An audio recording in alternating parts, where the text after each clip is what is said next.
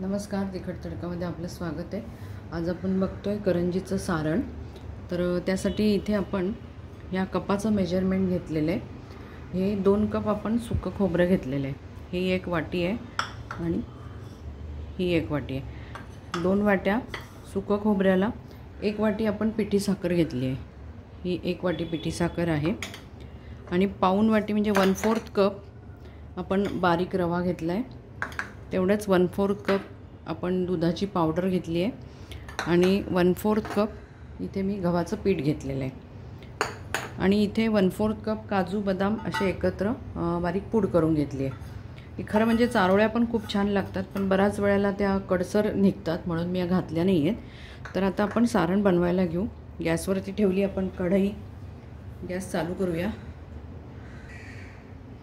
Gas आपला तापला आहे, त्यामध्ये घालूया आपण सुकं खोबरं। मंद गॅसवरती ते शेकून घ्यायचं आहे, म्हणजे भाजून घ्यायचं आहे।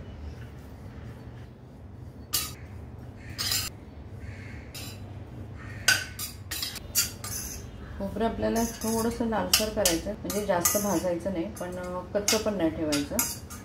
तर त्याची थोडी थोडी सुगंध यायला लागलेला आहे। थोडासा आपण अजून भाजून घेऊया, म्हणजे हाताने चुरलं ना ते की त्याचा चुरा व्हायला पाहिजे, नाही तर मग मिक्सरमधून काढून घ्यायचं।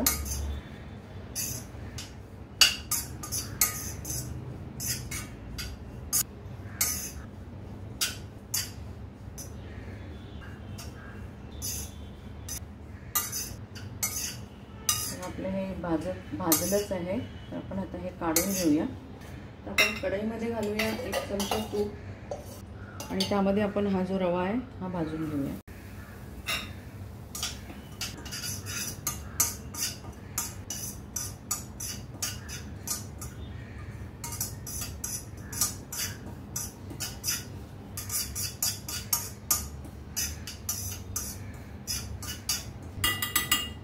आपला रवा छान भाजला गेला, आपण काढून घेऊया।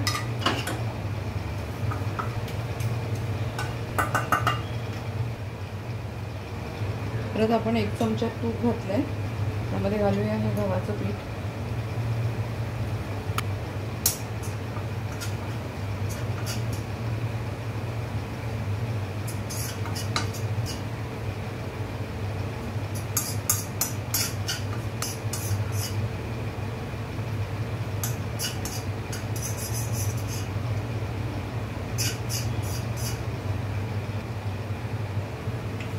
इथे आपलं गव्हाचं पीठ भाजून झालंय, आपण काढून घेऊया।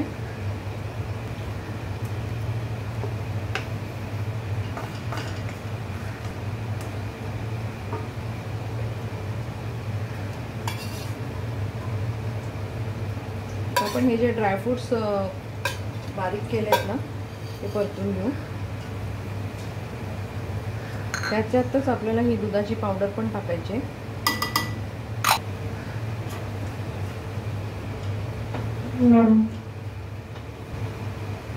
दुधाच्या पावडरमुळे खवा घातल्याचा म्हणजे हे होतं, चव येते खव्यासारखी। नाही घातली तरी चालेल।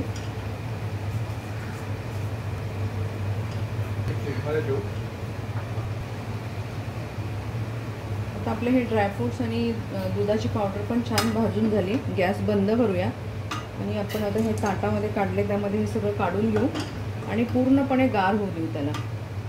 करंजीचं सारण गार झालंय। इथे आपण 1 वाटी साखर घेतली होती। तर या स्टेजला तुम्ही साखरेची चव बघू शकता, कमी जास्ती काय असेल तर ते ॲडजस्ट करायची। थोडीशी वाटत असेल तुम्हाला तर तुम्ही त्याच्यामध्ये टाकू शकता।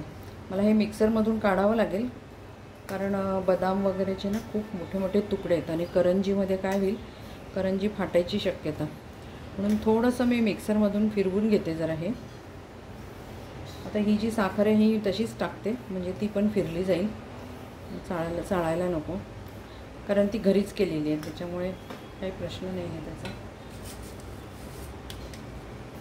हे असे बदामचे तुकडे आहेत ना, त्यासाठी एकदा काढून घेऊ। इथे घालूया आपण वेलची पूड, वेलची जायफळची पूड आहे ही।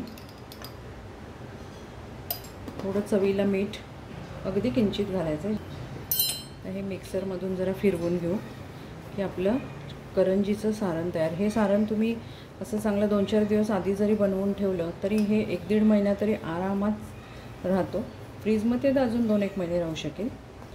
पण केव्हाही तुम्ही वाटेल तेव्हा तुम्हाला मनाला वाटेल तेव्हा तुम्ही करंजी करू शकता, जर सारण तयार असेल तर. सारण आधी बनवून ठेवायचं, मग करंजीचं पीठ करून करंजी करायला काही वेळ लागत नाही. आता आपण एकदा मिक्सरमधून फिरवून घेऊया.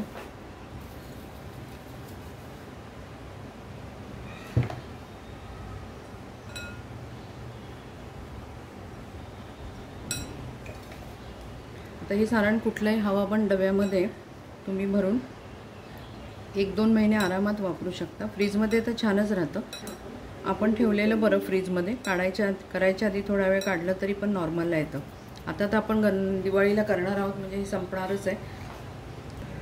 आपलं करंजीचं सारण बनवून तयार झालं आहे. तर हे बनवून तुम्ही ठेवा, आधीच बनवा, म्हणजे करंजी करायला सोपं जाईल. तुम्हाला ही रेसिपी कशी वाटली आम्हाला सांगा. रेसिपी आवडल्यास मित्रमैत्रिणींना, नातेवाईकांना शेअर करा. परत आपण भेटू अशाच एका छानशा रेसिपीबरोबर. धन्यवाद.